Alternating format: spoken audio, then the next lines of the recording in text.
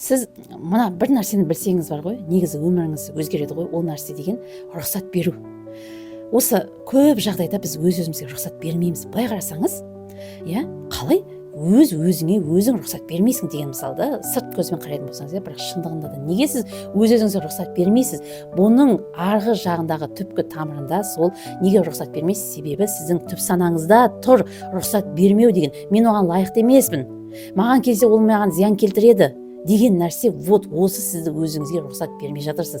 Сіз егерде осы рұқсат беруді үйреніп алатын болсаңыз, сіз осы рұқсат берудің жолын біліп алатын болсаңыз, сіз әрқашан өзіңізді шектемейсіз. Бар ғой бізде шектеу тек миыңда ғана деген, адам жаңағы неде өмірде шектеу жоқ, әлемде шектеу жоқ, шектеу тек миыңда деген нәрсе бар ғой. Міне осылай өзіңе рұқсат бермеу, өзіңді шектеп қоюдың дәл осылардан шығатын нәрсе бұл осы миды сендіретін инструмент.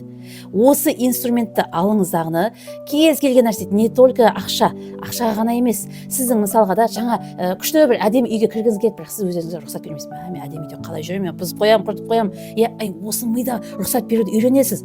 Көрдіңіз ба? Не только ақша, кез келген нәрселерді өзіңізге рұқсат беру арқылы өміріңізді өзгертесіз. Қазір бұл 90% жеңілдікпен болып тұр. Яғни 10 мың теңге. Алла қаласа, мен бүгін міне 14-ті 20-сы күні бұның бағасы 20 мың теңгеден басталады. Себебі бұл 100 мың теңгеге татитын инструмент. Мен тек қана бұны акциямен беріп отырмын. Жеңілдікпен алу үшін профильдегі сайтқа өтіңіз.